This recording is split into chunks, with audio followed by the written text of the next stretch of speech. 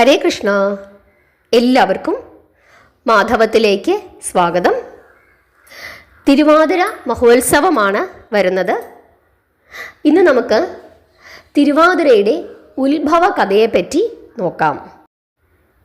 അതുപോലെ നമ്മുടെ രണ്ടാമത്തെ ചാനൽ കൗസ്തുഭം വെജ് ഫുഡ്സ്, അതിൽ ഞാൻ ഇന്ന് ഒരു തിരുവാതിര പുഴുക്കിൻ്റെ വീഡിയോ ഇട്ടിരുന്നു. എല്ലാവരും ആ പുഴുക്കൊന്ന് കണ്ടിട്ട് നിങ്ങൾ ഇങ്ങനെയാണോ ഉണ്ടാക്കുന്നത് എന്ന് ഒന്ന് പറയണം. എന്തെങ്കിലും വ്യത്യാസം വരുത്തുന്നുണ്ടോ എന്നും കൂടി ഒന്ന് പറഞ്ഞാൽ എല്ലാവർക്കും അത് ഉപകാരമായിരിക്കും. എനിക്കും അത് ഉപകാരമായിരിക്കും. അടുത്ത തവണ അങ്ങനെയൊന്ന് ഉണ്ടാക്കി നോക്കാം. അതുകൊണ്ടാണ് പറഞ്ഞത്. ഇന്ന് നമ്മൾ തിരുവാതിരയുടെ ഉത്ഭവ കഥയെപ്പറ്റിയാണ് പറയുന്നത്. കേരളത്തിലെ ഹിന്ദുമത വിശ്വാസികളായ സ്ത്രീകൾ ആണ്ടുതോറും കൊണ്ടാടി വരുന്ന ഒരു ആഘോഷമാണ് തിരുവാതിര. അതിനാൽ ഇത് മലയാളി സ്ത്രീകളുടെ മഹോത്സവം എന്നുകൂടി അറിയപ്പെടുന്നു. ശിവനാണ് തിരുവാതിര നക്ഷത്രത്തിൻ്റെ അധിഷ്ഠാന ദേവത. 27 നക്ഷത്രങ്ങളിൽ ഒന്നായ തിരുവാതിര മഹാദേവന്റെ തിരുനാളാണ്. ധനുമാസത്തിലെ തിരുവാതിരയ്ക്കാണ് ഏറ്റവും പ്രാധാന്യം. ജന്മദിനമായ അന്ന് ശക്തി ശിവനോട് ചേരുന്നു എന്നാണ് സങ്കല്പം. തിരുവാതിര ഒരു ആഘോഷം എന്നതിലുപരി സ്ത്രീകളെ സംബന്ധിച്ച് ഒരു വ്രതം കൂടിയാണ്. തിരുവാതിര നാൾ ശ്രീ പാർവതി ഭർത്താവിൻ്റെ ദീർഘായുസ്സിനു വേണ്ടി വ്രതം അനുഷ്ഠിച്ചു വരുന്നു എന്നാണ് വിശ്വാസം. ആ ഓർമ്മയ്ക്കായിട്ടാണ് കേരളീയ സ്ത്രീകൾ ഈ വ്രതം നോറ്റുവരുന്നത്. ഭർത്താവിൻ്റെ ദീർഘായുസ്സിനു വേണ്ടി വ്രതം അനുഷ്ഠിക്കുന്നത് വഴി തങ്ങൾക്ക് നെടുമാംഗല്യം സിദ്ധിക്കുക എന്നതാണ് ഈ വ്രതത്തിൻ്റെ ഉദ്ദേശം. തിരുവാതിരയുമായി ബന്ധപ്പെട്ട് പ്രസിദ്ധമായ ഒരു കഥയുണ്ട്. സതിയുടെ പിതാവായ ദക്ഷ പ്രജാപതി തൻ്റെ ജാമാതാവായ ശിവനോടുള്ള വൈരാഗ്യത്തിൽ ഒരിക്കൽ ഒരു യാഗം നടത്തുകയുണ്ടായി. വിപുലമായ തോതിൽ നടത്തപ്പെട്ട ബൃഹസ്പതി സവനം എന്ന യാഗത്തിൽ പങ്കെടുക്കുവാൻ സകലരെയും ക്ഷണിച്ചിരുന്നു. എന്നാൽ തൻ്റെ മകളെയും ഭർത്താവിനെയും മാത്രം ക്ഷണിക്കുവാൻ കൂട്ടാക്കിയില്ല. സതിയാകട്ടെ അച്ഛൻ നടത്തുന്ന യാഗത്തിൽ ക്ഷണിച്ചില്ലെങ്കിൽ കൂടി പോകാൻ തയ്യാറായി. മകൾ അങ്ങനെ പോകാൻ കടമപ്പെട്ടവളാണെന്ന് പറയുകയും തന്നെ പോകാൻ അനുവദിക്കണമെന്ന് ശിവനോട് അപേക്ഷിക്കുകയും ചെയ്തു. പക്ഷേ ശിവൻ അത് അനുവദിച്ചില്ല. ഒടുവിൽ സതിയുടെ നിർബന്ധം മൂലം ശിവൻ സമ്മതം നൽകി. ക്ഷണിക്കപ്പെടാതെ എത്തിയ സതിയെ ദക്ഷൻ തിരിഞ്ഞു നോക്കുക പോലും ചെയ്തില്ല എന്ന് മാത്രമല്ല, യാഗശാലയിൽ വെച്ച് അപമാനിക്കുക കൂടി ചെയ്തു. ദുഃഖിതയായ സതി അഗ്നികുണ്ഡത്തിൽ ചാടി ആത്മഹത്യ ചെയ്തു. സതീദേവിയുടെ വിയോഗ വാർത്ത അറിഞ്ഞ് കോപിഷ്ഠനായ ശിവൻ തൻ്റെ ജടയൂരി നിലത്തടിച്ചു. അതിൽ നിന്നും വീരഭദ്രനും ഭദ്രകാളിയും ഉണ്ടായി. ശിവന്റെ നിർദ്ദേശപ്രകാരം അവർ ദക്ഷന്റെ യാഗം മുടക്കുകയും ദക്ഷനെ വധിക്കുകയും ചെയ്തു. സതീദേവിയുടെ വിയോഗത്താൽ ദുഃഖിതനായ ശിവൻ ഹിമാലയത്തിൽ പോയി തപസ് അനുഷ്ഠിച്ചു തുടങ്ങി. ഈ സമയം പരാക്രമിയായ താരകാസുരന്റെ ആക്രമണം മൂലം ദേവന്മാർ വളരെയേറെ കഷ്ടത അനുഭവിച്ച് കഴിയുകയായിരുന്നു. 7 നാൾ പ്രായമുള്ള ഒരു ശിശുവിൽ നിന്നു മാത്രമേ താരകന് മരണമുള്ളൂ. അതും ശിവചൈതന്യത്തിൽ നിന്നും ജനിക്കുന്ന ശിശുവാകണം. ശിവനാണെങ്കിൽ ഉഗ്രമായ തപസ്സിലാണ്. ദേവന്മാർ ആകെ വിഷമിച്ചു. സതീദേവി ഹിമവാന്റെ മകളായി പിറന്ന് ശിവനെ പൂജിച്ചു വരികയാണെന്നും ശിവൻ പ്രസാദിച്ചാൽ മാത്രമേ കാര്യങ്ങൾ നടക്കൂ എന്നും മനസ്സിലാക്കിയ ദേവന്മാർ കാമദേവനെ സമീപിച്ച് ശിവന് പാർവതിയിൽ അനുരാഗമുണ്ടാക്കി തീർക്കണമെന്ന് അപേക്ഷിക്കുന്നു. ശിവന്റെ തപസ്സിന് ഭംഗം വരുത്തിയാൽ ഉണ്ടാകാവുന്ന ആപത്തോർത്ത് കാമദേവൻ അതിൽ നിന്നും പിന്തിരിഞ്ഞു. പക്ഷേ ദേവന്മാരുടെ നിർബന്ധം സഹിക്കവയ്യാതായപ്പോൾ കാമദേവൻ അതിന് തയ്യാറായി. മന്മഥൻ ശിവനെ ലക്ഷ്യമാക്കി തൻ്റെ ശരം തൊടുത്തു. ശിവന്റെ തപസ്സിളകി. ശിവൻ ഒരു നിമിഷം കണ്ണു തുറന്നു നോക്കി. തൻ്റെ മുമ്പിൽ നിൽക്കുന്ന പാർവതിയെ കണ്ടു. പക്ഷേ അടുത്ത നിമിഷം ചുറ്റും കണ്ണോടിച്ചപ്പോൾ വൃക്ഷലതാദികളുടെ മറവിൽ മന്മഥ ശരവുമായി നിൽക്കുന്ന കാമദേവനെ കണ്ടു. ശിവൻ കോപം കൊണ്ട് ജ്വലിച്ചു. തൻ്റെ 3-ാം തൃക്കണ്ണ് കാമദേവനെ ചുട്ടു ഭസ്മമാക്കി. ദേവന്മാർ ദുഃഖിച്ചു. രതീദേവി ഭർത്താവിൻ്റെ വിയോഗത്താൽ വാവിട്ട് കരഞ്ഞു. കാമനില്ലാതെ വന്നാലത്തെ കഥ പിന്നെ പറയാനുണ്ടോ?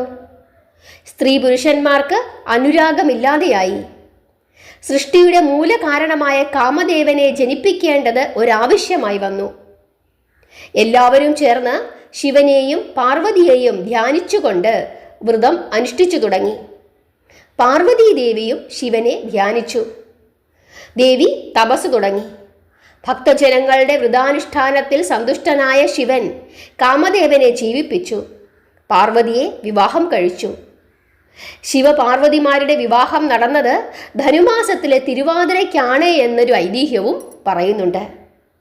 കാമദേവന്റെ ജീവൻ തിരിച്ചു കിട്ടാനായി ദേവന്മാരും മറ്റും അനുഷ്ഠിച്ച വ്രതത്തിന്റെ ഓർമ്മയ്ക്കായിട്ടാണ് നാം ഇന്നും തിരുവാതിര ആഘോഷിക്കുന്നത് എന്നും പറയുന്നു. ഇനി മറ്റൊരു കഥയുണ്ട് തിരുവാതിരയുമായി ബന്ധപ്പെട്ട്. ഒരിക്കൽ ദാരുക വനത്തിലെ മഹർഷിമാർ തങ്ങളുടെ തപശക്തി മൂലം ഉഗ്രപ്രതാപികളായി തീർന്നതിനാൽ അഹങ്കാരം വർദ്ധിച്ചു. തന്മൂലം ശിവനെ യാഗത്തിന് വിളിക്കുകയോ അദ്ദേഹത്തിനുള്ള ഹവിർഭാഗം നൽകുകയോ ചെയ്തില്ല. അങ്ങനെയിരിക്കെ ഒരു ദിവസം മുനിമാർ ചേർന്ന് ഒരു മഹായാഗം നടത്തി. ശിവൻ അതറിയുകയും വിഷ്ണുവിനെ വിവരം ധരിപ്പിക്കുകയും ചെയ്തു. വിഷ്ണുവും ശിവനും മുനിമാരുടെ അഹങ്കാരം ശമിപ്പിക്കണം എന്നുറച്ചു. വിഷ്ണു മോഹിനിയുടെ വേഷത്തിലും ശിവൻ ഒരു ഭിക്ഷാടകന്റെ വേഷത്തിലും ദാരുക വനത്തിലെത്തിച്ചേർന്നു. അവർ യാഗം നടന്നുകൊണ്ടിരിക്കുന്ന യാഗശാലയിൽ പ്രവേശിച്ചു. മോഹിനിയുടെ സൗന്ദര്യത്തിൽ ആകൃഷ്ടരായ മുനിമാർ ഹവനാദികളും മറ്റും മറന്ന് അവളെ തന്നെ നോക്കി നിന്നു. മുനിയുടെ പത്നിമാർ ഭിക്ഷാടകന്റെ സൗന്ദര്യത്തിൽ ആകൃഷ്ടരായി. അയാളുടെ പുറകെ ആ സ്ത്രീകൾ കൂടി. അങ്ങനെ യാഗം മുടങ്ങി. ഉടനെ തന്നെ മോഹിനിയും ഭിക്ഷാടകനും അവിടം വിട്ടുപോയി. അപ്പോഴാണ് മഹർഷിമാർക്ക് തങ്ങൾക്കു പറ്റിയ അബദ്ധം മനസ്സിലായത്. അവർ ഉടനെ തന്നെ തങ്ങളുടെ ദിവ്യശക്തി കൊണ്ട് ഒരു പുലിയെയും പാമ്പിനെയും സൃഷ്ടിച്ച് മോഹിനിയെയും ഭിക്ഷാടകനെയും വധിക്കാൻ അയച്ചു. അവർ എത്തിയപ്പോഴേക്കും മോഹിനി വൈകുണ്ഠത്തിലെത്തിക്കഴിഞ്ഞിരുന്നു.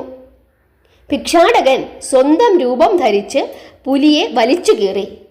അതിൻ്റെ തോലെടുത്തു ചുറ്റി പാമ്പിനെ തൻ്റെ ആഭരണമാക്കി. സമയം ഏറെ കഴിഞ്ഞിട്ടും തങ്ങൾ സൃഷ്ടിച്ചയച്ച പാമ്പും പുലിയും മടങ്ങി വരാത്തതിനാൽ മുനിമാർ വീണ്ടും ഒരു ഭൂതത്തെ സൃഷ്ടിച്ചയച്ചു. ശിവൻ ആ ഭൂതത്തെ തൻ്റെ പാദപീഠമാക്കിക്കൊണ്ട് നൃത്തം ചെയ്യുവാൻ തുടങ്ങി. ഭൂതം മടങ്ങി വരാതായപ്പോൾ മുനിമാർ അവനെ അന്വേഷിച്ച് പുറപ്പെട്ടു. അപ്പോൾ അവർ കണ്ടത് പുലിത്തോലുമുടുത്ത് പാമ്പിനെ കണ്ഠാഭരണമാക്കി ഭൂതത്തിൻ്റെ പുറത്തുനിന്ന് നൃത്തം ചവിട്ടുന്ന ശ്രീ പരമേശ്വരനെ ആയിരുന്നു. അന്ന് ഒരു തിരുവാതിര നക്ഷത്ര ദിവസമായിരുന്നു. മുനിമാർ ദർശിച്ച ആ രുദ്രദർശനം ഒരു പുണ്യദിനമായി മാറി.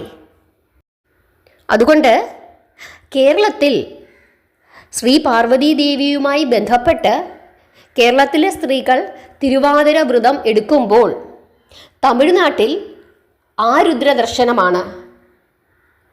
അതായത് മാർഗഴി മാസത്തിലെ തിരുവാതിര നക്ഷത്രം ആ രുദ്രനക്ഷത്രമെന്നും അറിയപ്പെടുന്നു. ഈ ദിവസം അരുണോദയ സമയത്ത് ശിവന്റെ നടരാജ രൂപത്തെ തമിഴ് ജനത ആരാധിക്കാറുണ്ട്. അവരെ സംബന്ധിച്ചിടത്തോളം ഈ ദിവസം വളരെ പ്രാധാന്യമുള്ളതാണ്. അവർ മഹാദേവൻ്റെ ഈ രുദ്രരൂപത്തെയാണ് ഈ ദിവസം ആരാധിക്കുന്നത്. അപ്പം ഈ രണ്ട് കഥകളും തിരുവാതിര മഹോത്സവവുമായി ബന്ധപ്പെട്ടിരിക്കുന്നു. ഒന്ന് ശ്രീ പാർവതീദേവിയുമായി ബന്ധപ്പെട്ടിരിക്കുമ്പോൾ, അതായത് ശിവപാർവതി വിവാഹവുമായി ബന്ധപ്പെട്ടിരിക്കുമ്പോൾ, അടുത്തത് എന്താണ്? ശ്രീ പരമേശ്വരൻ്റെ ആ രുദ്രരൂപം. എന്തു രൂപം? ഭഗവാൻ പുലിത്തോലുടുത്ത് പാമ്പിനെ ആഭരണമാക്കി ഭൂതത്തിൻ്റെ പുറത്തുനിന്ന് നൃത്തം ചവിട്ടുന്ന ആ രുദ്രരൂപം. ആ രൂപം ദർശിച്ച ആ മഹർഷിമാർക്ക് തങ്ങളുടെ തെറ്റുകൾ മനസ്സിലായി.